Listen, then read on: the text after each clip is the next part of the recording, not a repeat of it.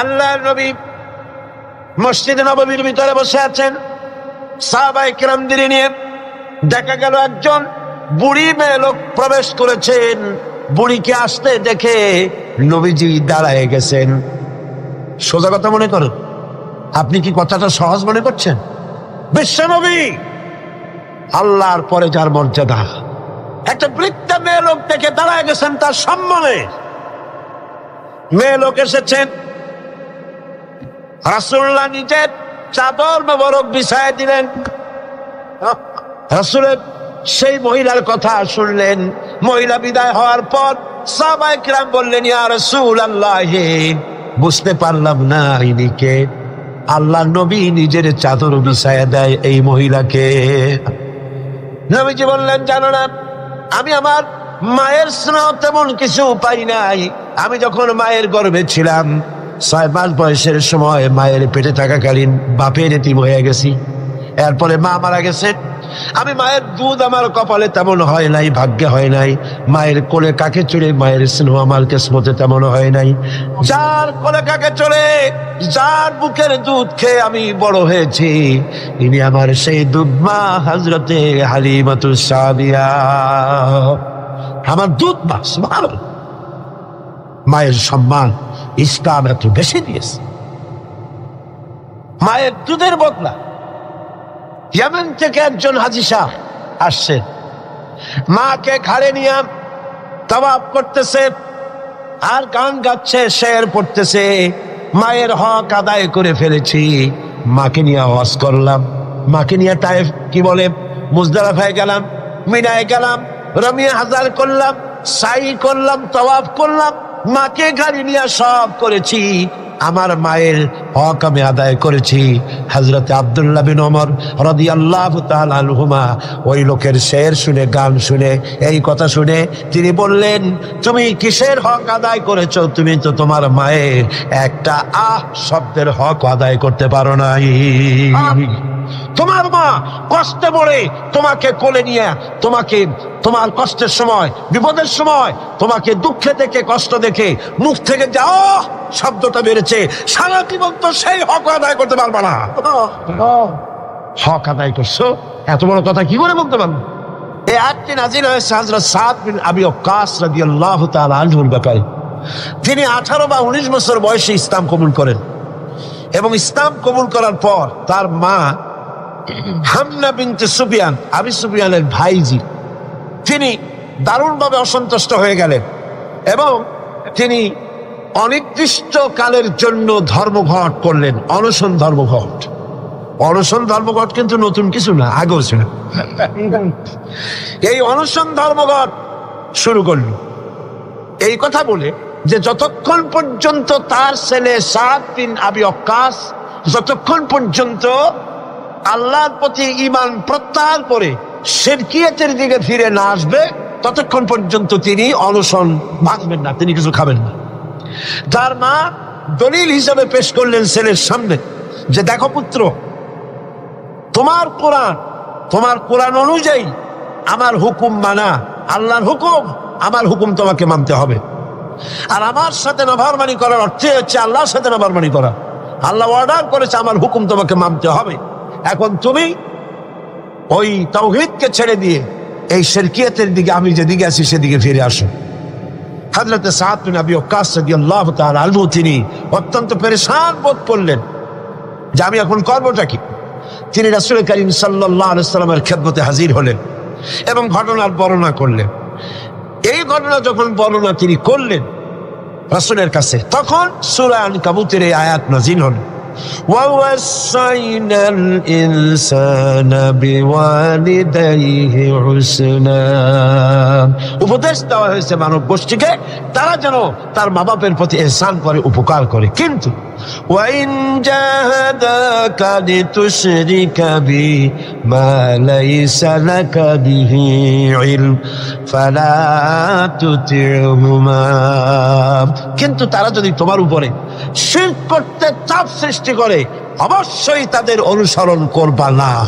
খবরদার, মা বাপ যদি আল্লাহর হুকুমের বাইরে যদি কিছু বলে, সেই হুকুম মা বাপের পালন করা জোরে বলে পালন করা যাবে না, কোন অবস্থাতেই মা বাবার সেই হুকুম পালন করা যাবে না।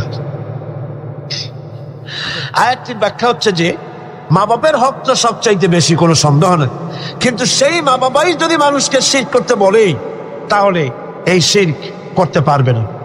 কারণ হলো আল্লাহ পাকের সাথে কাউকে শরীক স্থাপন করা যাবে না, কারণ তাদের অবৈধ আব্বা সন্তানের অমান্য করাই জরুরি।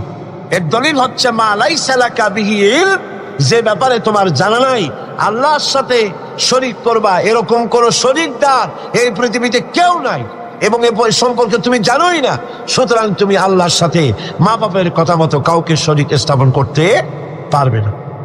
তাই মা বাবা যদি ভুলের উপরে থাকে তাহলে সন্তান সেই ভুলকে মানতে পারবে না, সন্তান সেই ভুলকে মানবে না। মা বাপ যদি ছেলে ইসলাম কবুল করেছে, মা বাপ ইসলাম কবুল করে নাই, এমন অবস্থা যদি হয় তাহলেও সেই মা বাবার সাথে খারাপ ব্যবহার করা যাবে না। ব্যবহার করতে হবে কি? ভালো ব্যবহার। কি করতে হবে? আল্লাহর পরে উচ্চ স্থান হলো মা বাপের। সুবহানাল্লাহ। আল্লাহর পরে, আল্লাহ রাসূলের পরে সবচাইতে উচ্চ স্থান কার? আল্লাহর আনুগত্যের পরে মা বাপের আনুগত্য যেন মানুষ করে। এজন্য আল্লাহ রাব্বুল আলামিন তিনি বলছেন ওয়াকাদা রাব্বুকা আল্লা তা'বুদু ইল্লা ইয়্যাহু ওয়া বিল ওয়ালিদাইনি ইহসানা। তোমার রবের পক্ষ থেকে এটা ফয়সালা হয়ে গিয়েছে, এটা চূড়ান্তভাবে ফয়সালা হয়েছে যে আমি আল্লাহর পরে, আমি আল্লাহর ইবাদতের পর এহসান করতে হবে, উপকার করতে হবে, ভালোবাসতে হবে, মহব্বত করতে হবে, এহসান করতে হবে মা বাপের। কার? চিল্লায় কোন কার? মা বাপের আনুগত্য করা, হুকুম মানা আল্লাহ পাক ফরজ করে দিন।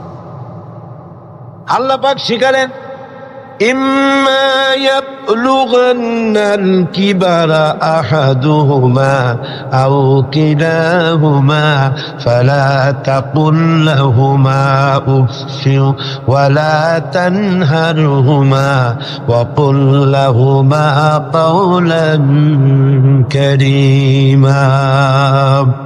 আল্লাহ পাক বলছেন তাদের মধ্যে একজন অথবা উভয় তোমাদের সম্মুখে যখন বার্ধক্যে পৌঁছে যায় তাহলে তাদেরকে তাদের সামনে এই শব্দটি পর্যন্ত বলো না, এবং তাদেরকে ভৎসনা করো না, ধমকের স্বরে কথা বলো না, মাথা উঁচু করে ধমকের স্বরে চোখ রাঙায় কথা বলো না, বরং আদবের সাথে সম্মানের সাথে কথা বলো। সুবহানাল্লাহ। মা বাবার সাথে কেমনে কথা বলতে হবে আল্লাহ পাক শিখায় দিচ্ছেন। মা বাবার সঙ্গে কথা বলবা ভদ্রতার সাথে, সম্মানের সাথে, এবং তাদের সাথে দোয়া করতে হবে আল্লাহ রাব্বুল আলামিনের কাছে। আল্লাহ পাক শিখাচ্ছেন ওয়াখফিদ লাহুমা জানাহাদ যুল্লি মিনার রাহমা ওয়া কুর রাব্বিরহামহুমা কামা রাব্বায়ানি সাগীরা। হে পরওয়ারদিগার, এভাবে দোয়া করো। মা বাপ তাদের জন্য নরম এবং বিনীত হয়ে তাদের সামনে অবনত হও, করুণার ডানা বিছায়া দাও। মা বাবার জন্য কি করো? করুণার ডানা বিছায়া দাও, আর তাদের জন্য এইভাবে দোয়া করো, হে আমার রব, আমার শিশুকালে, আমার সহায়হীন সময়, আমার যখন কোনো উপায় ছিল না, পায়খানা করে বিছানায় পায়খানার ভিতরে পড়ে থাকতাম, সাফ করতে আমি পারি না, বলতেও পারি না, আমার ভাষা নাই, শীতের রাতে পেশাবের মধ্যে পড়ে আছি, এত অসহায়, আমি না কানলে কেউ আমার কাছেও আসে না, কথা বলতে পারি না। আমার অসহায় সময় আমার মা বাপ যেভাবে আমাকে স্নেহের করে লালন পালন করেছে, হে আমার মাবুদ, অকৃত্রিম স্নেহ দিয়ে আমাকে যেভাবে লালন করেছে, আয় আল্লাহ তুমি আমার মা বাপকে তোমার রহমতের করে লালন পালন করো। পড়েন সব আমার সাথে, রব্বিরহামহুমা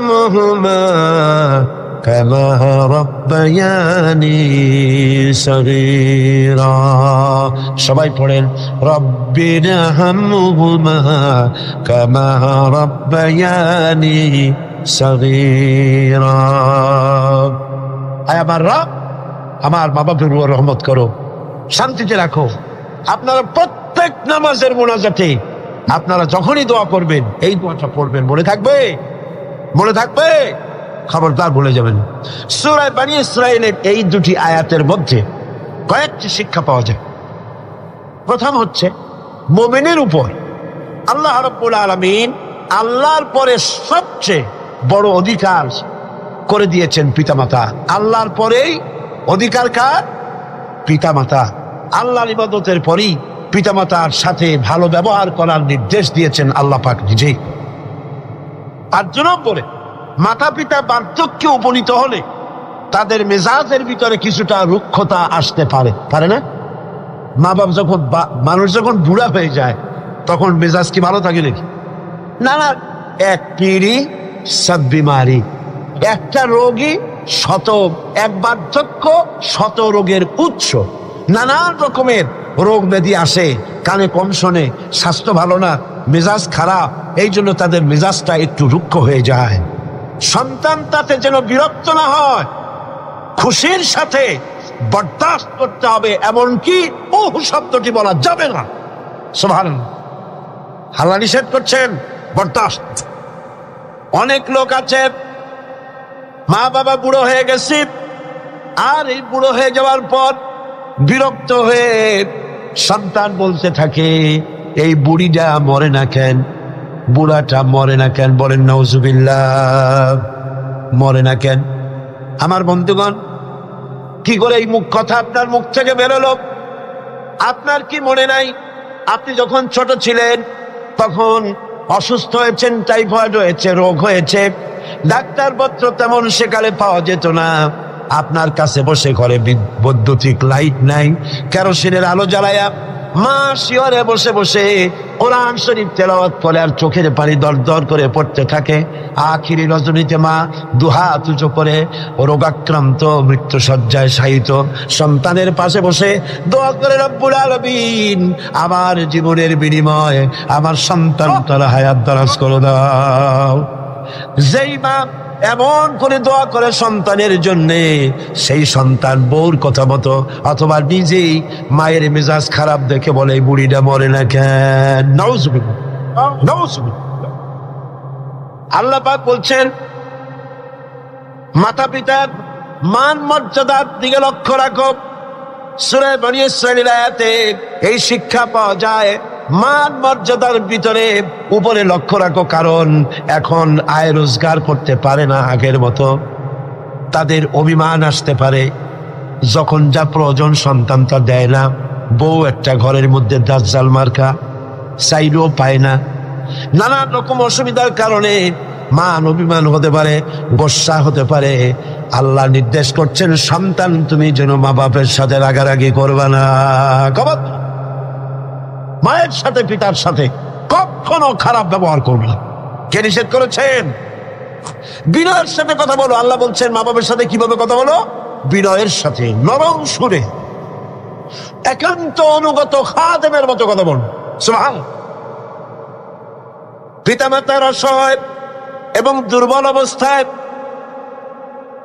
তাদেরকে বেশি করে সম্মান করো, কারণ মনে রাখা দরকার, তোমার হাজারো বিরক্তি সহ্য করেছে ছোটবেলায় তোমার মা বাবা, হাজার বিরক্তি সহ্য করেছে। কোলে উঠেছো, ঘাড়ি উঠেছো, পেশাব করেছো, পায়খানা করেছো, বিরক্তি সহ্য করে নাই মা? সহ্য করে নাই? হাজারো বিরক্তি সহ্য করেছে। এজন্য আল্লাহ পাক বান্দাকে স্মরণ করিয়ে দিয়েছেন, বান্দারে মা বাপের জন্য দোয়া করবি, রব্বিরহামহুমা কামা রব্বায়ানি সগীরা। এই দায়িত্ব কে দিলেন? কে দিলেন? এখন আপনি যেন দায় সারার জন্য, আল্লাহ দায়িত্ব দিছে বলে আপনি দায় সারার মতো মায়ের একটু কাপড় দিলেন, বাপের একটু জামা দিলেন, 2-5 টাকা দিলেন, দায় সারার জন্য দিচ্ছেন না অন্তরের মহব্বত দিয়ে দিচ্ছেন? এটা দেখছেন কে? দেখেন আল্লাহ কি বলছেন, রব্বুকুম আ'লামু বিমা ফী নুফুসিকুম ইন তাকুনু সালিহিনা ফাইন্নাহু কানা লিল আওয়াবিনা গফুরা। তোমার রব কিন্তু জানেন যে তুমি কি দায়সারা গোছের কাজ করছো, না আমার অর্পিত দায়িত্ব হিসেবে তুমি তোমার মাকে সম্মান করছো, টাকা দিচ্ছ, পিতাকে সম্মান করছো, আমি দেখতে পাচ্ছি। তবে আল্লাহ পাক তওবাকারীকে ভালোবাসেন, সালিহিনদেরকে ভালোবাসেন। আর আল্লাহ পাক হচ্ছেন গফুর, তিনি হচ্ছেন ক্ষমাশীল।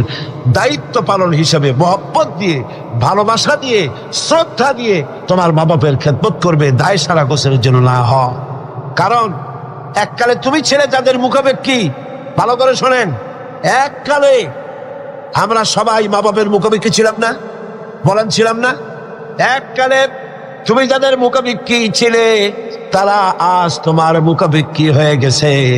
আবার সময় আসবে যখন আমরাও আমাদের সন্তানদের মুখাপেক্ষী হয়ে যাব। তিলকাল আইয়ামু নুদাবিলুহা বাইনান নাস, এটাই হলো ইতিহাস, এরকমই হবে। দাদা বসেছিল পুকুর পাড়ে গোসল করবে, একেবারে কুজো হইয়া হাঁটু মাথার উপর উঠে গেছে। নাতি কাছে গিয়ে বলছে, দাদা বর্ষিটা কত দিয়ে কিনছ? দাদা তো বর্ষির মতো পূজা হয়ে গেছে। দাদা রসিকতা বুঝতে পেরেছেন। দাদা বলছেন, ভাই কেনা লাগবে না, সময় আসলে তুমিও একটা ফ্রি পাবা। কাজে আজকে আমরা এক সময় অসহায় ছিলাম, মা বাপ আমাদেরকে যত্ন করে লালন পালন করেছে। আজ তারা অসহায়, তুমি তাদেরকে যদি মর্যাদা দাও, তুমি তখন অসহায় হবে, তোমার সন্তান তোমাকে অবশ্যই মর্যাদা দেবে।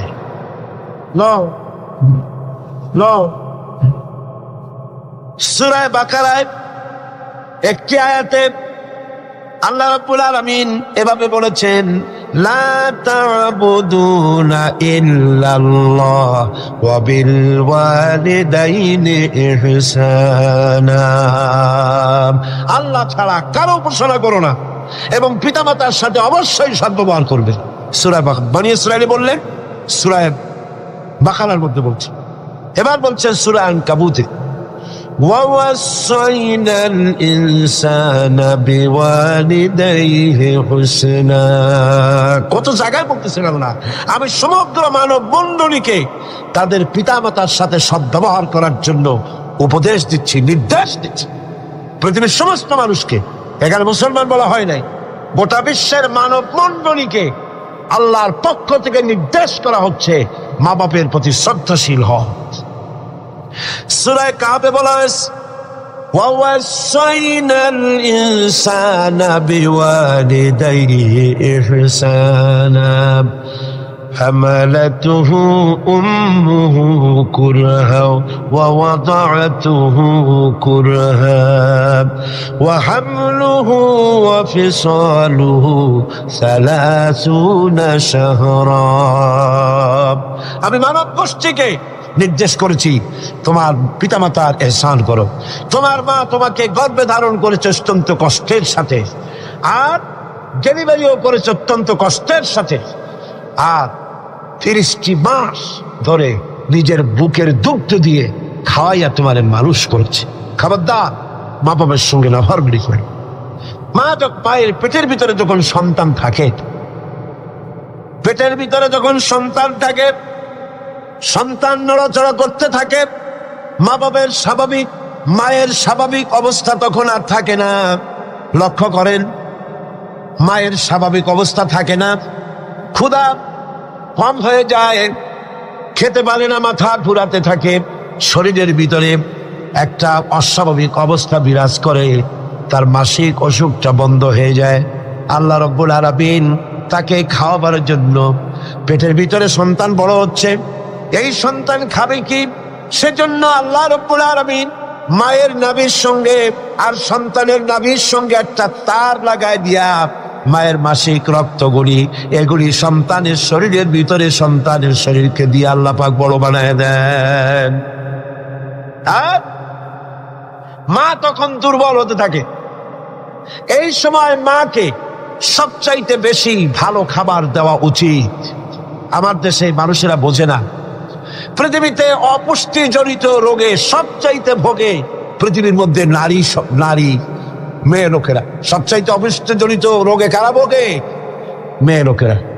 সেদিকে আপনাদের লক্ষ্য রাখা দরকার। আপনার সন্তান ধারণ করেছে, আপনার বংশকে রক্ষা করার দায়িত্ব পালন করছে স্ত্রী।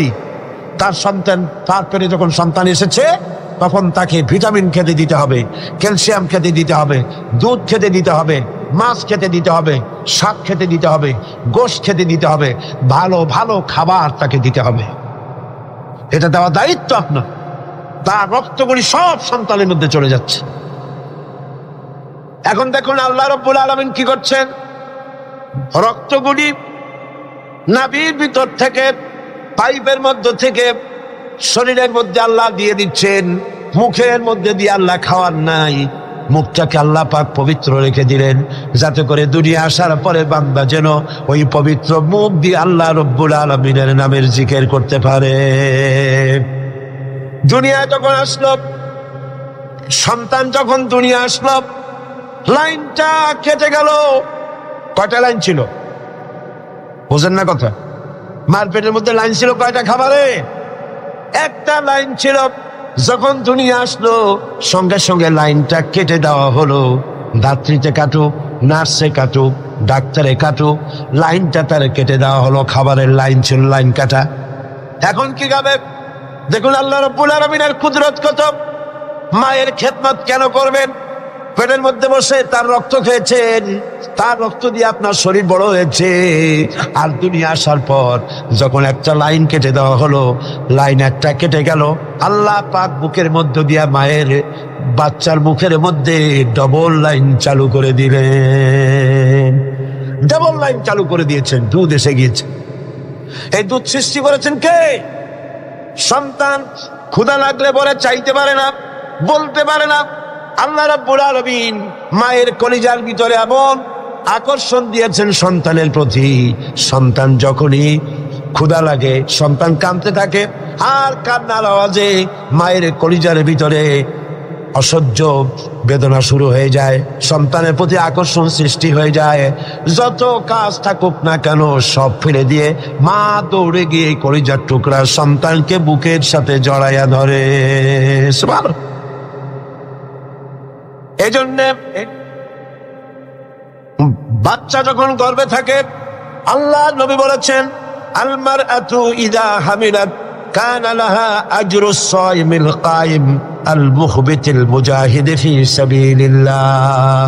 আল্লাহ পাকের নবী বলেন, মায়ের পেটে যখন সন্তান থাকে, এই সন্তান পেটে থাকার কারণে রাতের বেলা যে ঘুমাতে পারে না ঠিক মতো, সারা রাত দাঁড়ায় দাঁড়ায় ইবাদত করলে যত সওয়াব হইতো, আল্লাহ পাক মায়ের আমলনামায় সেই সওয়াব লিখে দেন।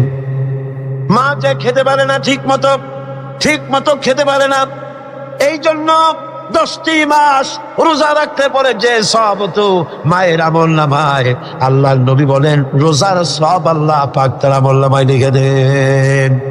সে যে কষ্ট বরদাস্ত করে, এই কষ্ট বরদাস্ত করার জন্য পেটে ধারণের কষ্ট আর ডেলিভারির কষ্ট বরদাস্ত করার কারণে পুরুষেরা জিহাদ করে যে সব পাবে, মা সন্তান পেটে ধরে ডেলিভারি করে সন্তান মানুষ করে সেই জিহাদের সব পাইয়া যাবে। জোরে বলেন সুবহানাল্লাহ। আমার বন্ধুগণ, এসব আল্লাহ পাক মানুষকে দান করেছেন। মা বাপের খেদমত করতে বলেছেন, মাকে ভুলে যেও না, মায়ের প্রতি শ্রদ্ধাশীল হও, মায়ের জন্য আল্লাহর কাছে দোয়া করো, আমার কাছে মা বাপের জন্য প্রার্থনা করো। রব্বির হামহুমা কামা রব্বায়ানি সগীরা। পড়েন সবাই, রব্বির হামহুমা কামা রব্বায়ানি সগীরা। আয় আল্লাহ, আমার মা বাপ যেমন স্নেহের করে আমাকে লালন পালন করেছে, তুমিও আমার মা বাপকে তোমার রহমতের করে লালন পালন করো। এখানে একটা জিনিস লক্ষ্য করেন, হামালাতহু উম্মুহু ওয়াহানান আলা ওয়াহনি, ওয়াহনান আলা ওয়াহনি। শান্তির পর শান্তি, কষ্টের পর কষ্ট। অর্থাৎ পেটে ধরার কষ্ট, ডেলিভারির কষ্ট,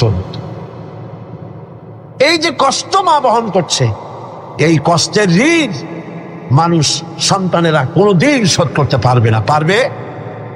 সন্তান যদি তার বুকের চামড়া দিয়া মায়ের জন্য এক জোড়া জুতা তৈরি করে দেয়, পিঠের চামড়া নয়, সন্তান যদি তার বুকের চামড়া দিয়া মায়ের পায়ের এক জোড়া যদি জুতা তৈরি করে দেয়, মায়ের এক ফোঁটা দুধের হক আদায় হবে না। আল্লাহ পাক বলছেন, وَإِنْ جَاهَدَاكَ عَلَىٰ أَن تُشْرِكَ بِي مَا لَيْسَ لَكَ بِهِ عِلْمٌ فَلَا تُطِعْهُمَا وَصَاحِبْهُمَا فِي الدُّنْيَا مَعْرُوفًا। আল্লাহ পাক বলছেন, কিন্তু তারা যদি তোমাকে, মর্যাদা তাদের আল্লাহর পরেই মা বাপের মর্যাদা, আল্লাহর পরে কার মর্যাদা? সন্তানের কাছে মা বাপের মর্যাদা। কিন্তু তারা যদি তোমাকে আমার সাথে এমন কাউকে শরীক করার জন্য চাপ সৃষ্টি করে যাকে তুমি চেনো না, আমার শরীক হিসাবে জানো না, তাহলে ফালা তুতিউহুমা, তাহলে অবশ্যই তাদের সে কথা মানবে না। সুবহানাল্লাহ, মানবেন। মা বাপের কথা কতটুকুন মানা যাবে এবং কতটুকুন মানা যাবে না, সে ব্যাপারেও শরীয়ত ঠিক করে দিয়েছে। ঠিক এরকম আরেকটি আয়াত সূরা আনকাবুতের মধ্যে এসেছে।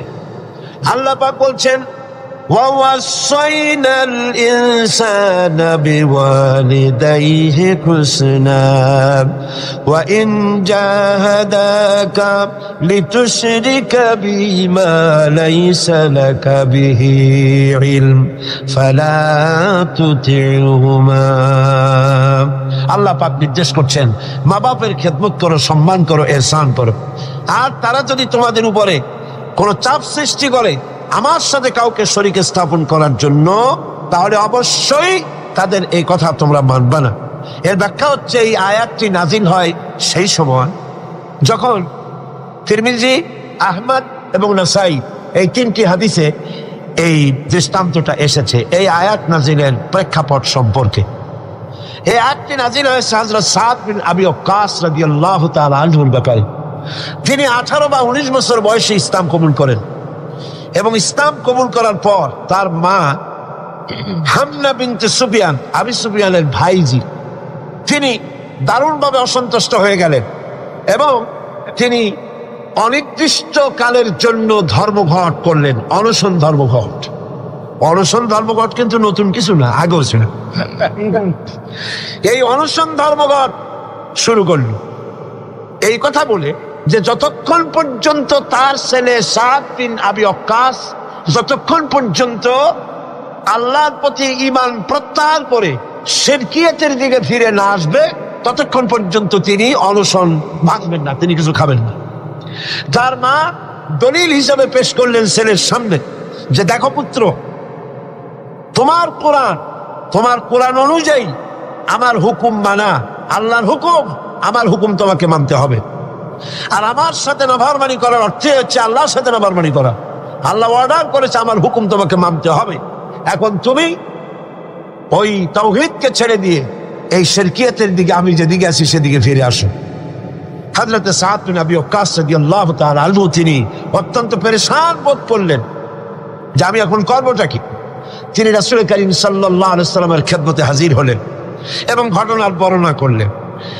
এই ঘটনা যখন বর্ণনা তিনি করলেন রাসূলের কাছে, তখন সূরা আনকাবুতের এই আয়াত নাযিল হল, وَوَصَّيْنَا الْإِنسَانَ بِوَالِدَيْهِ حُسْنًا।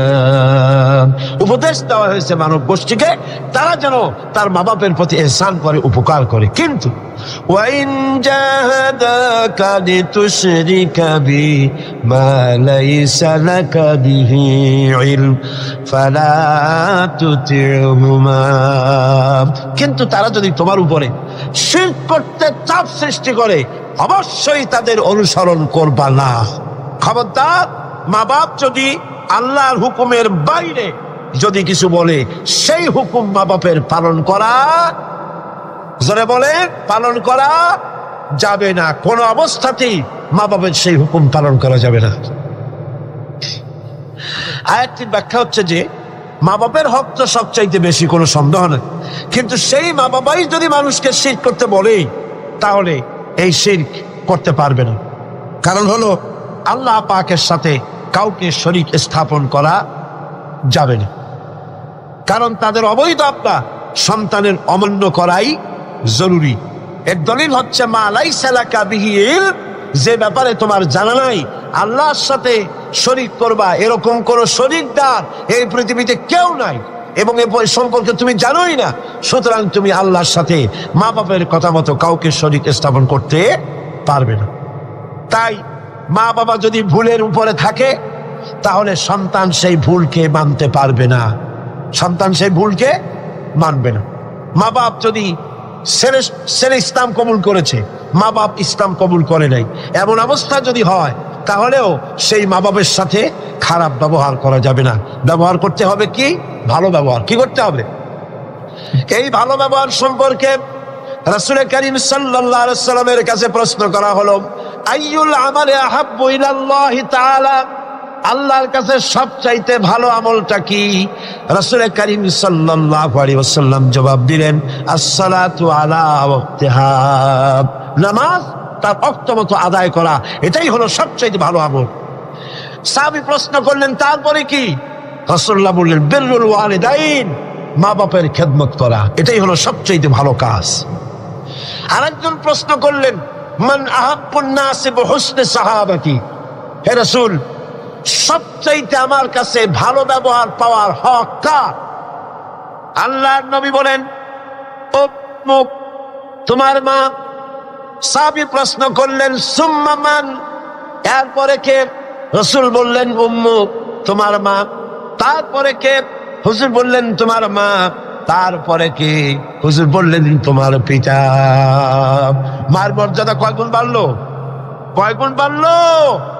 3 গুণ বেড়ে গেল। কার চাইতে? বাপের চাইতে মায়ের মর্যাদা কয় গুণ? 3 গুণ বেশি বেড়ে। হযরত আব্দুল্লাহ ইবনে আমর রাদিয়াল্লাহু তাআলা আনহু তিনি বলেছেন, যা রাজুলুন ইলান নবী সাল্লাল্লাহু আলাইহি ওয়াসাল্লাম ফাস্তাযানা লাহু ফিল জিহাদ। তিনি বলছেন যে একজন লোক রাসূলের কাছে আসলেন এবং তিনি অনুমতি চাইলেন জিহাদে যাওয়ার জন্য, যুদ্ধে অংশগ্রহণ করার জন্য। ফাকালা আহাইয়ুন ওয়ালিদাক, রাসূল জিজ্ঞেস করলেন, তোমার পিতামাতা কি জীবিত আছেন? তিনি জবাব দিলেন, ক্বালা নাম, হ্যাঁ আমার মা বাবা জীবিত আছে। ক্বালা ফাফিহিমা ফাজাহিদ, চলে যাও বাড়ি, মা বাবার খেদমত করো, এটাই তোমার জন্য জিহাদ। জোরে বলেন সুবহানাল্লাহ। হাজমা নামক আরেকজন সাহাবী রাসূল করিম সাল্লাল্লাহু আলাইহি ওয়াসাল্লামের কাছে উপস্থিত হলেন। তিনি অনুমতি চাইলেন যে রাসূল আমি জিহাদে যেতে চাই, আমি জিহাদে যেতে চাই। হুজুর বললেন, আলাকা ওয়ালিদাতুন, তোমার কি মা বেঁচে আছেন? তিনি বললেন, হ্যাঁ আমার মা জীবিত আছেন। আল্লাহ নবী বললেন, ইযহাব ফাকরিমহা ফাইন্নাল জান্নাতা তাহতা রিজলাইহা, আখরাজাহু নাসাই, নাসাই শরীফের হাদিস।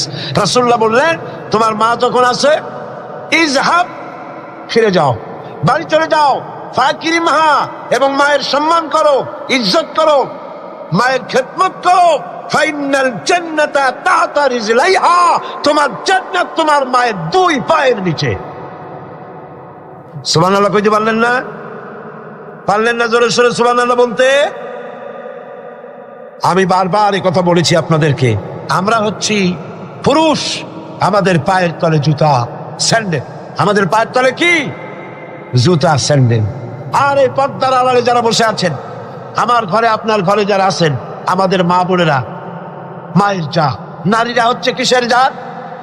নারীরা কিসের জাত? এই মায়ের জাত, নারীর পায়ের তলে আল্লাহর জান্নাত। সুবহানাল্লাহ।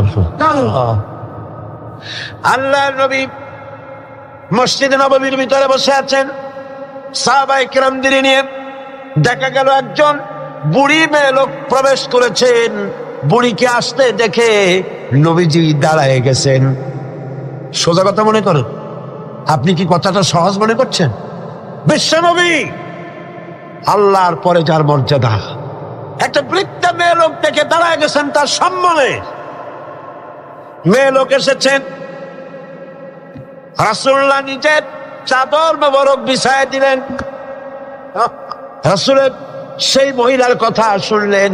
মহিলা বিদায় হওয়ার পর সাহাবায়ে কিরাম বললেন, ইয়া রাসূলুল্লাহ, বুঝতে পারলাম না ইনি কে। আল্লাহ নবী নিজের চাদর বিছায় দেয় এই মহিলাকে।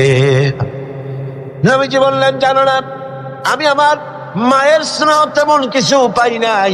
আমি যখন মায়ের গর্ভে ছিলাম, 6 মাস বয়সের সময় মায়ের পেটে থাকাকালীন বাপের এতিম হয়ে গেছি। এরপরে মা মারা গেছে। আমি মায়ের দুধ আমার কপালে তেমন হয় নাই, ভাগ্যে হয় নাই। মায়ের কোলে কাকে চড়ে মায়ের স্নেহ আমার কিসমতে তেমন হয় নাই। যার কোলে কাকে চড়ে, যার বুকের দুধ খেয়ে আমি বড় হয়েছি, ইনি আমার সেই দুধ মা হযরতে হালিমাতুস সাদিয়া, আমার দুধ মা। সুবহানাল্লাহ, মায়ের সম্মান ইসলাম এত বেশি দিয়েছে। মায়ের দুধের বদলা ইয়েমেন থেকে একজন হাজী সাহেব আসছে, মাকে ঘাড়ে নিয়ে তাওয়াফ করতেছে আর গান গাচ্ছে, শের পড়তেছে।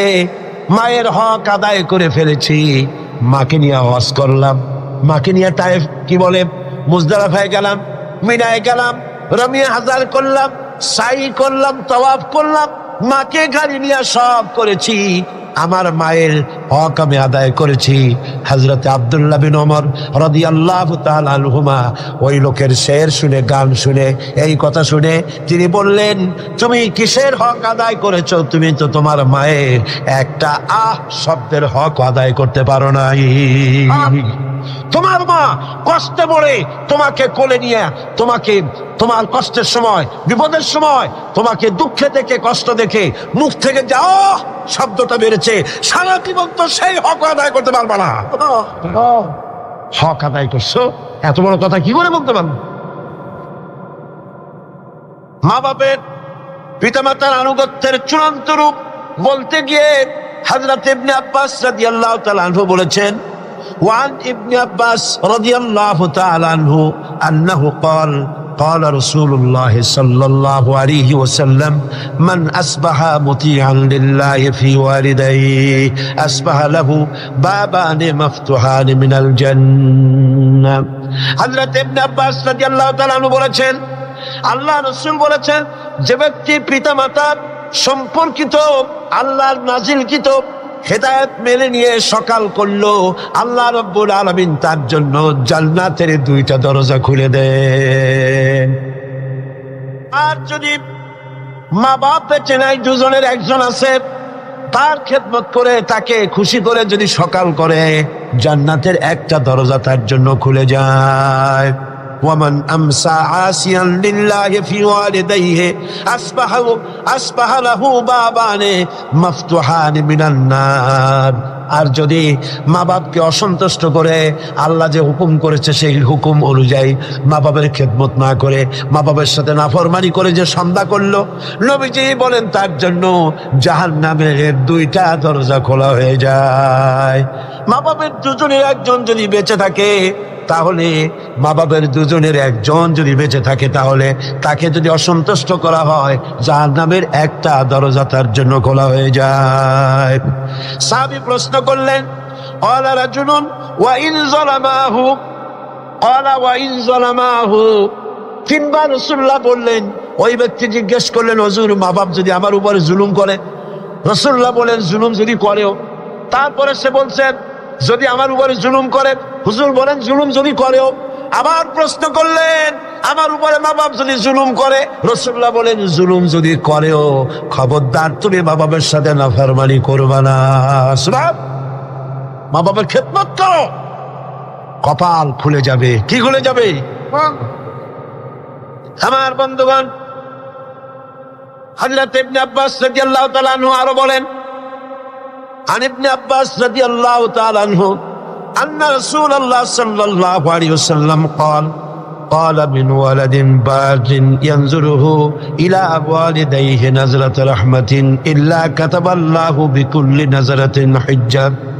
আল্লাহ নবী বলেন, হযরত ইবনে আব্বাস রাদিয়াল্লাহু তাআলা আনহু বর্ণনা করেছেন, রাসূলুল্লাহ বলেছেন, কেউ যদি তার মা বাপের দিকে যদি মহব্বতের নজরে, ভালোবাসার নজরে যদি তাকায়, তাহলে তার আমল নামায় একটা কবুল হজের সব আল্লাহ পাক আমল নামায় লিখে দিবেন।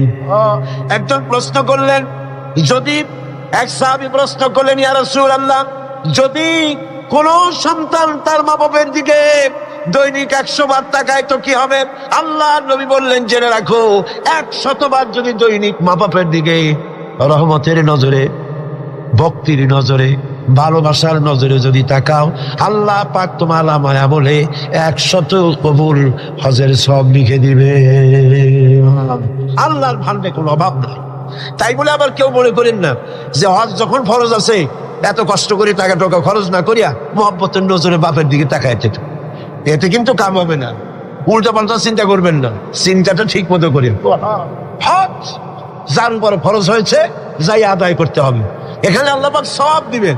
এই সওয়াবে আপনার হজ যে ফরজ হয়ে আছে সেই দায়িত্ব কিন্তু আদায় হবে না। আর মা বাবার খেদমত যদি করেন তাহলে আপনার দুনিয়ার ফায়দাটা কি? রাসূলুল্লাহ বলেছেন, আন আনাস ইবনে মালিক রাদিয়াল্লাহু তাআলা قال قال رسول الله صلى الله عليه وسلم من سره أن يمد له في عمره ويزداد له في رزقه فليبر والديه وليصل رحمه رواه أحمد। আল্লাহ নবী বলেন, হযরতে আনাস বিন মালিক রাদিয়াল্লাহু তাআলা থেকে বর্ণিত, আল্লাহর নবী বলছেন, কেউ যদি দুনিয়ায় তার রিজিক বাড়াতে চায়, সম্মান বাড়াতে চায়, হায়াত বাড়াতে চায়, সে যেন তার মা বাপের খেদমত করে। মা বাপের খেদমত যারা করবে, মা বাপের সম্মান যারা করবে, আল্লাহ পাক তার রিজিকে বরকত দান করে দিবেন। রিজকে কোনোদিন অভাব হবে না। কবরের কাছে গিয়া, মাজারের কাছে গিয়া বলা লাগবে না, ইয়া খাজা মেরা মতলব কো পুরা করে দেন, এটা বলা লাগবে না, এটা বলা লাগবে না। আপনার রিজকে বরকত হয়ে যাবে মা বাপ যদি আপনাকে, আপনার জন্য দোয়া করে। এ দোয়া কবুল, মা বাবার দোয়া কি কবুল হয়ে যাবে। সুতরাং রাসূলুল্লাহ বলছেন, আল্লাহ নবী বলছেন, রিজকে বরকত হবে, সম্মান বৃদ্ধি প্রাপ্ত হবে, অশান্তি হবে না, অসম্মান হবে না। মা বাবার খেদমত করবা, রিজকে কোনো অভাব হবে না। সুবহান। হযরত আবী হুরায়রা রাদিয়াল্লাহু তাআলা আনহু বলছেন,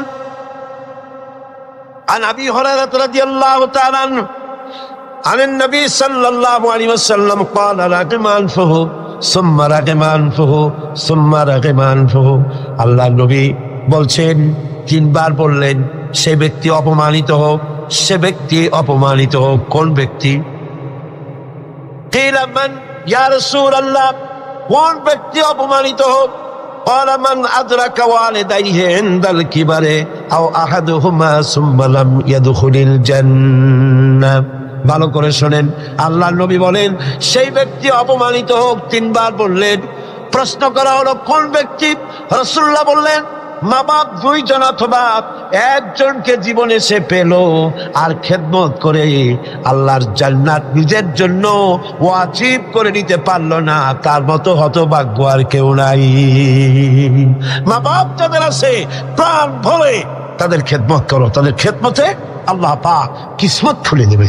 আবু দাউদ শরীফের একটি হাদিস শুনুন। হযরত আব্দুল্লাহ বিন আমর রাদিয়াল্লাহু তাআলা আনহু তিনি বলছেন, এক ব্যক্তি তার মাতা পিতাকে কাঁদায় রেখে রাসূলের সামনে জিহাদে যাওয়ার জন্য উপস্থিত হয়েছেন, মা বাপকে ক্রন্দনরত অবস্থায় রেখে। রাসূলুল্লাহর কাছে খবর এলো, এই যুবক জিহাদে যাওয়ার জন্য আসছে আর তার মা বাপ কাঁদতেছে। রাসূলুল্লাহ বললেন, ফিরে যাও, মা বাপকে যেভাবে কান্দায় আসছো ওইভাবে খুশি করে তারপরে আসো, মা বাপকে অখুশি রেখে জিহাদে যাইও না। মা বাপের খেদমত করো, তাদেরকে খুশি করো। অন্য হাদিসে এসেছে, রাসূল কারীম সাল্লাল্লাহু আলাইহি ওয়াসাল্লামের খেদমতে একজন হাজির হয়ে অভিযোগ করলো। একজন হাজির হয়ে সে অভিযোগ করছে, হে রাসূল, আমার মা খুব বদমেজাজের মেয়ে লোক। কে বলছে? এক যুবক বলছে রাসূলের কাছে গিয়ে, আমার মা খুব বদমেজাজের মানুষ। অভিযোগ। প্রিয় নবী তার জবাবে বললেন, হে যুবক, 9 মাস ধরে অব্যাহত ভাবে তোমার মা যখন তোমাকে গর্ভে ধারণ করেছিল তখন তো তোমার মায়ের মেজাজ খারাপ ছিল না। তোমার মা যখন তোমাকে পেটে ধরে রাখছিল তোমার মেজাজ খারাপ ছিল? আরে কি সুন্দর কথা। পেটের ভিতরে একটা জীবিত মানুষ, একটা জীবিত মানুষের পেটের মধ্যে আর একটা জীবিত মানুষ, সে চুপ করে বসে নাই, কেন দিয়ে গুঁতো মারতেছে, হাঁটু দিয়ে গুঁতো মারতেছে।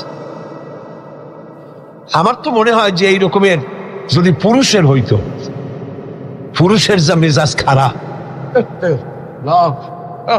দুনিয়া আসার সাথে সাথে ঠ্যাং ধরে আসার মারতো যে পেটের মধ্যে বসে এত নড়াচড়া করছি কে। আর মায়ের অবস্থাটা দেখেন, এত কষ্ট পেটে ধারণ করায়। ডেলিভারি যখন করলো 10 মাসের পেটে ধরার কষ্ট আর ডেলিভারির কষ্ট, ডেলিভারিতে তো কত কষ্ট হয় সে কথা আল্লাহ ছাড়া আর কেউ জানে না। এই ডেলিভারি যখন হয়ে যায়, মা যখন বসে এলো, মা প্রথমেই জানতে হয় কি হয়েছে আমারে দেখাও। সন্তান যখন মায়ের চোখের সামনে তুলে ধরা হয়, আমার আল্লাহ পাক বলেন মায়ের 10 মাসের পেটে ধরার কষ্ট আর ডেলিভারির কষ্ট সন্তানের চেহারা দেখার সঙ্গে সঙ্গে মায়ের মন থেকে আমি আল্লাহ মুছে ফেলে দেই। রাসূলুল্লাহ বলছিল, যুবক আজকে তুমি বলতেছো তোমার মায়ের মেজাজ খারাপ, কিন্তু 9 মাস যখন পেটের মধ্যে তুমি ছিলা তখন তো মায়ের মেজাজ খারাপ হয় নাই। যুবক তখন পাল্টা জবাব দিল, হে রাসূল আমি মিথ্যা কথা বলছি না, আমার মা সত্যই তার মেজাজটা দারুণ খারাপ। হুজুর বললেন, সে যখন রাতের পর রাত জাগতো আর তোমারে দুধ খাওয়াইতো, তুমি তোমার মা গভীর রাতে ঘুমাস, তুমি চিৎকার করতেছো, ঘুম ভাঙা তোমারে কোলে নিয়ে দুধ খাওয়াইলো, 2.5 বছর পর্যন্ত জ্বালাইছো মায়ের বুকের দুধ খাইয়া, দিনে দুপুরে রাত্রে কত কষ্ট দিছো, তখন তো তোমার মায়ের মেজাজ খারাপ ছিল না। আরে আরে খেতে বসেছে মা, মা কি করে, সকলকে আগে খাওয়ায়, স্বামীরে খাওয়াইলো, মেহমান খাওয়ালো, বাচ্চাদের খাওয়ালো, সব শেষে সামান্য তরকারি আর ভাত আছে, খাইতে বসছে সব শেষে, বাচ্চারে কোলে নিয়ে, বাচ্চা পায়খানা করে দিয়েছে কোলের মধ্যে।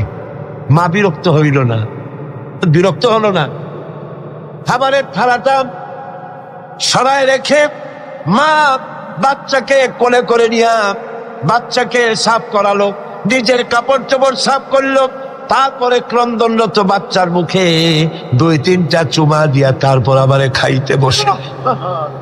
যেই মা তোমারে নিয়া এভাবে করে 2.5 মাস পর্যন্ত বুকের দুধ খাওয়া তোমারে বড় করলো, তখন তো তোমার মায়ের মেজাজ খারাপ ছিল না। যুবক বলছেন, হে রাসূল আমার মা আমাকে নিয়ে যত কষ্ট করেছে আমি সে কষ্টের হক আদায় করে দিয়েছি, আমি তাকে হক আদায় করছি, যার তার খাবার দিয়েছি, পরার দিয়েছি, তারে নিয়ে হজ করেছি, হক আমি আদায় করে দিয়েছি। আল্লাহ নবী জিজ্ঞেস করলেন, সত্যি কি তুমি হক আদায় করছো? কয়ে হ্যাঁ আমি হক আদায় করে দিচ্ছি। প্রিয় নবী জবাবে বললেন, তুমি তো বলছো যে হক আদায় করেছো, কিন্তু আমার প্রশ্ন হচ্ছে তুমি কি তোমার মায়ের সেই কষ্টের বদলা দিতে পেরেছো যে কষ্ট তোমাকে ভূমিষ্ঠ করার সময় তোমার মায়ের হয়েছিল? তোমাকে ডেলিভারি করার সময় তোমার মায়ের যে যন্ত্রণা হয়েছিল সে হককে আদায় করতে পেরেছো? কিয়ামত পর্যন্ত আদায় করতে পারবেন। খবরদার মা বাবার সঙ্গে নাফরমানি করবে না। মাতা পিতার সাথে যারা নাফরমানি করে তাদের কপাল পুড়ে যায়। একজন প্রশ্ন করেছেন, হে রাসূল আমার মা বাপ তো জীবিত নাই, আমি খেদমত কিভাবে করব, কিভাবে তাদের খেদমত করব? আমি তো বেয়াদবি করে ফেলেছি, অনেক নাফরমানি করেছি, করবোটা কি? এখন আমার উপায় কি? রাসূল করিম সাল্লাল্লাহু আলাইহি ওয়াসাল্লাম বলেছেন, এর জন্য উপায় আছে, 4টা পদ্ধতি আছে। 4 পদ্ধতিতে মা বাপের মৃত্যুর পরে তাদের খেদমত করা যায়। কয় রকম? কয়টা পদ্ধতি? মুখস্থ করেন। মা বাপের সাথে যারা নাফরমানি করেছেন অথবা করেন নাই, মা বাপ মরে গেছে, এখনো আপনার দায়িত্ব আছে। কয়টা? 4টা।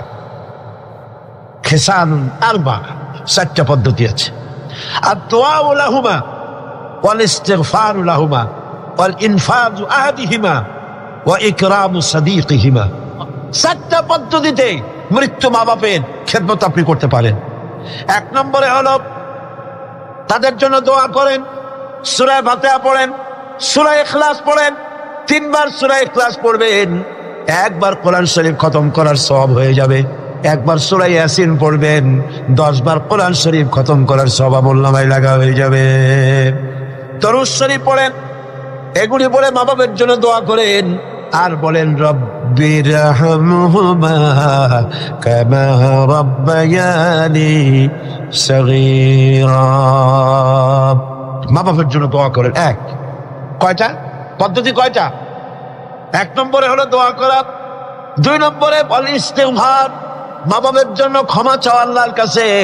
আল্লাহকে বলতে হবে, রব্বুল আলামিন, আমার মা বাপ মানুষ, অন্যায় করেছে, ভুল করেছে, গুনাহ করেছে, গুনাহ হইতে পারে। আল্লাহ তুমি দয়া করে আমার মা বাপের জিন্দেগি গুনাহ খাতা মাফ করে দাও। বলেন আমিন। আরো বলতে হবে, আল্লাহ পাক আমার মা বাপ জীবনে যত গুনাহ করেছে তাদের জীবনের সাইয়্যাত গুলি হাসানাত দিয়া তুমি বদলাইয়া দাও। তুমি যদি ইচ্ছা করো তাহলে তো আমার মা বাপ যে গুনাহ করছে এই গুনাহগুলি তুমি নেকির পাল্লায় নেক বলে উঠাই দিতে পারো। পারে না? পারে না? সেভাবে দোয়া করো। 3 নম্বরে তাদের ওয়াদা পূরণ করো। মা বাপ যে সব ওয়াদা করে গেছেন, পূরণ করতে পারেন নাই, মা বাপের ওয়াদাগুলি পূরণ করে দাও। 4 নম্বরে মা বাপের যেসব বন্ধু আছে, মায়ের যেসব বান্ধবী আছে, তাদের সঙ্গে সম্মানজনক আচরণ করো। মাঝে মধ্যে তাদেরকে হাদিয়া দিও। পিতার আত্মীয়দের, পিতার বন্ধুদের সাথে বাপের মতো শ্রদ্ধা করো, সম্মান করো। সুবহানাল্লাহ, সুবহানাল্লাহ। রাসূলকে প্রশ্ন করা হয়েছে, হুজুর আমি তো অনেক গুনাহ করে ফেলছি, আমার উপায় কি? হুজুর বললেন, মায়ের খেদমত করো। শুনতেছেন কথা? শুনতেছেন? আমি অনেক গুনাহ করেছি, আমার উপায় কি? হুজুর বললেন, মায়ের খেদমত করো। তিনি বললেন, হুজুর আমার তো মা বেঁচে নাই, এখন আমার উপায় কি? হুজুর কন, যাও খালার খেদমত করো, মায়ের গন্ধ খালার গায়ে দিয়ে আসে। সুবহানাল্লাহ।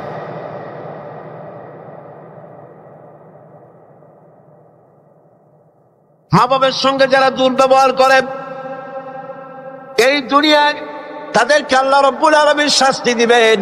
আর পরকালের শাস্তি তো তাদের জন্য রয়েই গেছে। দুনিয়ার শাস্তিও আছে আর পরকালের শাস্তিও তাদের জন্য রয়ে গেছে। মা বাপের দোয়া অবশ্যই কবুল। 3 জনের দোয়া মুস্তাজাবুদ দাওয়া। 3 জন। কয়জন? 3 জন। পীর সাহেবের দোয়া, মৌলানা সাহেবের দোয়া, সুফি সাহেবের দোয়া কবুল হইতেও পারে, নাও হইতে পারে। কোনো গ্যারান্টি নেই। গ্যারান্টি হইতেও পারে, নাও হইতে। কিন্তু আল্লাহর নবী 3 জনকে গ্যারান্টি দিয়েছেন। মুসাফির, প্রবাসী, তার দোয়া কবুল হবে। যেমন পাকিস্তান থেকে জামিয়া আশরাফিয়ার মুহতামিম হযরত মাওলানা ফজলুর রহিম সাহেব এখানে উপস্থিত হয়েছেন, আসরের নামাজ পড়ছেন। প্রবাসী মুসাফিরের দোয়া কবুল হবে, বলেন সুবহানাল্লাহ। আবার মাজলুম ব্যক্তি, অত্যাচারিত ব্যক্তি যদি দোয়া করে আল্লাহ পাক তার দোয়া মঞ্জুর করে নেবেন। আর মা বাপ যদি সন্তানের জন্য দোয়া করে অবশ্যই সেই দোয়া কবুল হয়ে যাবে। অবশ্যই মা বাপের দোয়া কবুল, কোনো সন্দেহ নাই। লা শাক্কা ফি ওয়ালা রাইবা ফি। মা বাপ দোয়া করলে কবুল হবেই হবে। সুবহানাল্লাহ। এখন এই আয়াতের শেষ দিকে আল্লাহ পাক বলছেন, ফালা তুতিউহুমা ওয়া সাহিবুহুমা ফিদ দুনিয়া মারুফা। মা বাপ যদি মুশরিকা হয় তাহলে তাদের সাথে আচরণটা কিন্তু খারাপ করা যাবে না। কথা বুঝতে পেরেছেন? আচরণ খারাপ করা যাবে না, আচরণ ভালো করতে হবে, ভালো হতে হবে। সদাচার করো, সদাচরণ করো। মা বাপ যদি অমুসলিম হয়, গুনাহগার হয়, এমনকি মা যদি বেশ্যা হয়, তোমার কাছে মা মাই। খবরদার মায়ের সাথে নাফরমানি করতে পারবে না। কথা বুঝে আসছে? মাথায় ঢুকতেছে? মাথায় ঢুকতেছে? এবার দেখুন, হযরত আসমা বিনতে আবি বকর রাদিয়াল্লাহু তাআলা আনহা তিনি বলছেন, আনা আসমা বিনতে আবি বকর রাদিয়াল্লাহু তাআলা আনহা قالت قدمت علي أمي وهي مشركة في عهد رسول الله صلى الله عليه وسلم রাসূলুল্লাহর যুগে আমার মা মুশরিক অবস্থায় আমার বাড়ি আসলো। আমি প্রশ্ন করলাম, হে রাসূল, আমার মা আমার বাড়িতে আসছে, আমি কি তার সঙ্গে আত্মীয় জড়িত ব্যবহার করব নাকি? আমার মা হিসাবে তার সাথে আমি সেরকম ব্যবহার করব নাকি? অথচ তিনি ইসলামের প্রতি বেজার, আপনার প্রতি নাখোশ, আল্লাহর প্রতি নাখোশ, ইসলাম তিনি ভালোবাসেন না। আমার বাড়ি আসছে, আমি তার মেয়ে, আমি এখন তার খেদমত করা বা তার প্রতি ভালো ব্যবহার করা আমার জন্য কি রকম হবে আপনি বলেন? নবীজি বললেন, অবশ্যই তুমি তোমার মায়ের সাথে সম্মানজনক, আত্মীয়তাজনক, মায়ের সাথে সন্তান যেমন ব্যবহার করে সেই ব্যবহার করা লাগবে। মা মুশরিকা হতে পারে, ব্যবহার পাবে সে সন্তান যে ব্যবহার করা উচিত সেই ব্যবহারই পাবে। এই জন্য যাদের মা এবং পিতা মুশরিক বা মুশরিকা, তাদের জন্য সন্তান কেঁদে কেঁদে আল্লাহর কাছে দোয়া করবে। তোমার মা যদি বেনামাজি হয়, তোমার বাপ যদি বেনামাজি হয়, তাহলে তাদের নসিহত করতে গিয়া আঙ্গুল উঁচু করে, চোখ নাইয়া, মাথায় ধমক দিয়া, ধমকের সুখে সুরে মা বাপকে কথা বলতে পারবা না। পায়ে ধরে বলো মাকে, পিতাকে পায়ে ধরে বলো, বাবা, হে আমার মা বাবা, নামাজ পড়ছেন না, এটা জাহান্নামের রাস্তা, অনুগ্রহ করে নামাজ পড়ুন, ধমক দেওয়া যাবে না। সুবহানাল্লাহ। আমার বন্ধুগণ, মা বাপের জন্য কেঁদে কেঁদে দোয়া করতে হবে। যাদের মা বাপ এরকম, ইসলাম সহ্য করতে পারে না, আল্লাহ সহ্য করতে পারে না, রাসূল সহ্য করতে পারে না, এটা তো সেই যুগে ছিল, কিন্তু বর্তমান যুগেও আছে না? নাই আছে কিনা? এই মাহফিল বহুত মহিলা এভাবে চিঠি আমাকে লিখেছেন, মাহফিলে আসে কিন্তু স্বামীটা বরদাস্ত করতে পারে না, কিন্তু সিনেমায় গেলে কোনো খারাপ কিছু বলে টলে, সেখানে যাও মাহফিলে যে ছেলে ইসলামী ছাত্র শিবির করে, অসহ্য, টাকা বন্ধ করে দাও, লেখাপড়া বন্ধ করে দাও, সহ্য হয় না। ইসলামী ছাত্রী সংস্থা করে, মৌলবাদী হয়ে গেছে, পয়সা দেয় না, খাবার দেয়। হায় রে কপাল পোড়া বাপ, তোমার তো চিন্তা করা উচিত, তোমার ছেলে সে তো কমিউনিস্ট আন্দোলন করে না, তোমার ছেলে তো সিনেমায় যায় না, তোমার ছেলে তো girls high school, girls college ছুটির সময় এতিমের মতো মেয়েদের দিকে তাকায় থাকে, তোমার ছেলে মাস্তানি করে না, তানাবাজি করে না, ইসলামী ছাত্র শিবির করে, ইসলামী ছাত্রী সংস্থা করে, পবিত্র সংগঠন করে। তুমি তো সেজদা দিয়ে কাঁদবা, আল্লাহ আমার ছেলে ভালো কাজ করতেছে, ঠিক কিনা? জোরে বলেন ঠিক কিনা? আমার বন্ধুগণ, মা বাবার জন্য দোয়া করতে হবে, মা বাবার জন্য দোয়া করতে হবে। রব্বির হামহুমা কামা রাব্বায়ানি সগীরা, খুব মিষ্টি করে ভালো করে পড়েন, রব্বির হামহুমা কামা রাব্বায়ানি সগীরা। হযরতে আবু হুরায়রা রাদিয়াল্লাহু তাআলা আনহু ইসলাম গ্রহণ করার পর দীর্ঘদিন যাবত তার মা ইসলাম কবুল করেন নাই, বরং আবু হুরায়রা রাদিয়াল্লাহু তাআলা আনহুকে বড় জ্বালাইছে। তিনি মায়ের পায়ে পড়েছেন, বহু অনুরোধ করেছেন, কোনো কিছুতে কাজ হয়নি। একদিন তিনি অনেক রাত করে বাড়িতে ফিরেছেন, মা তাকে প্রশ্ন করলেন, এত রাত কোথায় ছিলি? তিনি বললেন, আমি ছিলাম রাসূল করিম সাল্লাল্লাহু আলাইহি সাল্লামের কাছে। শোনা মাত্র মা তাকে খুব করে মারলেন, গলা ধাক্কা দিয়ে বাড়ি থেকে বের করে দিলেন। তিনি রাসূলুল্লাহর খেদমতে এসে কাঁদতে লাগলেন। আল্লাহর নবী বলেন, আবু হুরায়রা কাঁদো কেন? হযরত আবু হুরায়রা বললেন, ইয়া রাসূলুল্লাহ, মা আমাকে মেরেছে। বললেন, মারলো কেন? তিনি বললেন, ঘটনা শোনালেন, আপনার কাছ থেকে দেরি করে যাওয়ার কারণে আপনার নাম শুনে সহ্য করতে না পেরে আমাকে মারছে। হুজুর বলেন, আবু হুরায়রা, মা তোমাকে মেরেছে, এখানে আমার কিছু করার নাই, আমি এখানে দখলান্দাজ করতে পারবো না, আমি এখানে কোনো ইন্টারফেয়ার করতে পারবো না, মা মারছে, আমি কি করবো? সুবহানাল্লাহ। ভাইরা আমার, হযরত আবু হুরায়রা বলেন, ইয়া রাসূলুল্লাহ, মায়ের বিরুদ্ধে নালিশ করার জন্য তো আমি আপনার কাছে আসি নাই। বললেন, কেন এসছো? হযরত আবু হুরায়রা বলেন, ইয়া রাসূলুল্লাহ, আমি আসছি দোয়া চাওয়ার জন্য। আমি জানি নবীজি যদি আল্লাহর দরবারে হাত উঁচু করে দোয়া মঞ্জুর হয়ে যায়। আপনি আমার মায়ের জন্য হেদায়েতের জন্য দোয়া করুন। মা দুহাত তুলে দোয়া কর। আল্লাহর নবী তখন দুহাত উঁচু করে দোয়া করলেন, আল্লাহুম্মা ইহদি উম্মা আবি হুরায়রা, আয় আল্লাহ আমি দোয়া করি আবু হুরায়রার মাকে তুমি হেদায়েত নসিব করে দাও। হযরত আবু হুরায়রা দৌড় দিলেন। কয়েকজন সাহাবী পিছন থেকে টেনে ধরলেন, দৌড়াও কেন? কোনো বিপদ হলো নাকি? তিনি বললেন, না, কোনো বিপদ হয় নাই, তবে দৌড়াও কেন? তিনি বললেন, দৌড়াই এই কারণে, আমাকে যেতে দাও, বাড়ি পর্যন্ত আমি দৌড়াই যেতে চাই। আমি বাড়ি পর্যন্ত দৌড়াই গিয়ে দেখতে চাই আমি দৌড়াই আমার বাড়িতে আগে পৌঁছলাম না রাসূলুল্লাহর দোয়া আমি বাড়ি যাওয়ার আগে রাসূলের দোয়া আমার বাড়ি পর্যন্ত গেল নাকি। হযরতে আবু হুরায়রা রাদিয়াল্লাহু তাআলা আনহু তিনি বাড়িতে চলে গেলেন, দরজায় গিয়ে নক করলেন। ভেতর থেকে আওয়াজ এলো, কে? তিনি বললেন, মা, আমি আবু হুরায়রা এসেছি। মা বলছেন, আব্বু অপেক্ষা করো, দরজা খুলে দিতেছি। হযরতে আবু হুরায়রা তিনি বললেন, মায়ের গলার আওয়াজ দিয়েই আমি বুঝতে পারলাম আমি ঘরে আসার আগে রাসূলুল্লাহ তীর তার নিশানায় পৌঁছে গেছে, দোয়া কবুল হয়ে গেছে। হযরতে আবু হুরায়রা বলেন, মা বেরিয়ে এলেন, গোসল করে এসেছেন। মা আমারে বললেন, বাবা, তোমাকে মারার পর আমি বড় অনুতপ্ত হয়েছি যে আমি মারলাম কেন। আমার ছেলে তো কোনো খারাপ মানুষের কাছে যায় নাই, দুনিয়ার সর্বশ্রেষ্ঠ মানুষের কাছে গেছে, মারলাম কেন? বড় অনুতপ্ত আর অনুশোচনা আমি করেছি।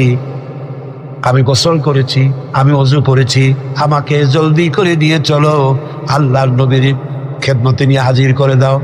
হযরতে আবু হুরায়রার মা ঘোষণা করলেন, লা ইলাহা ইল্লাল্লাহু মুহাম্মাদুর রাসূলুল্লাহ। বন্দুক দিয়ে গুলি করলে সেই গুলি তার টার্গেটে পৌঁছতে যত না দেরি হবে, মা বাবার দোয়া, বাবার দোয়া এর থেকে দ্রুত গতিতে আল্লাহ পাকের আরশ আজিম পর্যন্ত পৌঁছে যাবে। এগুলি পৃথিবীতে কোথাও নাই, ইসলাম শিখিয়েছে। কে শিখিয়েছে? জোরে বলেন, কে শিখিয়েছে? ইসলাম শিখেছে। এভাবে আল্লাহ পাক বলছেন, তোমার উপরে যদি সাফ, এই মা বাবার খেদমত তো তুমি করবাই, কিন্তু মা বাবা যদি অন্যায় করতে বলে, শিরক করতে বলে, গুনার কাজ করতে বলে, অবশ্যই তুমি সেই গুনার কাজ করবা না। ওয়াত্তাবি সাবিলা মান আনাবা ইলাইয়া, বরং অনুসরণ করবে সেই ব্যক্তি, যে ব্যক্তি আমার পথে পরিচালিত হয়েছে, আমার পথে যে চলছে, আমার পথে যে ডাকে, তার দিকে এগিয়ে আসো। সুম্মা ইলাইয়া মারজিউকুম, আর এরপরে তোমাদের সকলকেই আমার কাছে ফিরে আসতে হবে। কার কাছে? কার কাছে? ফাউনাব্বিউকুম বিমা কুনতুম তা'মালুন, আর এরপরে কিয়ামতের দিন তোমাদের সমস্ত কাজের ফলাফল আমার কাছে প্রকাশিত হয়ে যাবে। আল্লাহুম্মা আমিন। ربنا ظلمنا أنفسنا وإن لم تغفر لنا وترحمنا لنكونن من الخاسرين ربنا لا تزغ قلوبنا بعد إذ هديتنا وهب لنا من لدنك رحمة إنك أنت الوهاب। أي الله تعالى লক্ষ লক্ষ মুসলমান নরনারী দীর্ঘক্ষণ ধরে তোমার কোরআনের কথা আমরা শুনেছি। আয় আল্লাহ, তুমি দয়া করে মেহেরবানি করে আমাদের দুরূদ ও সালাম আলোচনার সওয়াব জনাবে মুহাম্মদ রাসূলুল্লাহ সাল্লাল্লাহু আলাইহি সাল্লামের রূহ মুবারকে পৌঁছায় দাও। রব্বুল আলামিন, আমরা যারা মা বাপ হারাইছি, যে মা বাপের কথা এতক্ষণ আলোচনা করলাম তোমার কোরআন থেকে, আয় আল্লাহ, আমাদের মা বাপের কবর গুলিকে জান্নাতের টুকরায় পরিণত করে দাও। রব্বির হামহুমা কামা রব্বায়ানি সগীরা। সবাই পড়েন, রব্বির হামহুমা কামা রব্বায়ানি সগীরা। আয় আল্লাহ তাআলা, সারা জীবন যত গুনাহ করেছি, আল্লাহ তুমি আমাদের গুনাহটা মাফ করে দাও। আল্লাহ, এই তাফসীরুল কোরআন মাহফিল কিয়ামত পর্যন্ত কবুল করে নাও। রব্বানা তাকাব্বাল মিন্না ইন্নাকা আনতাস সামিউল আলিম ওয়া তুব আলাইনা إنك أنت التواب الرحيم سبحان ربك رب العزة عما يصفون وسلام على المرسلين الحمد لله رب العالمين واجعل آخر كلمة عند الموت لا إله إلا الله محمد رسول الله. السلام عليكم ورحمة الله.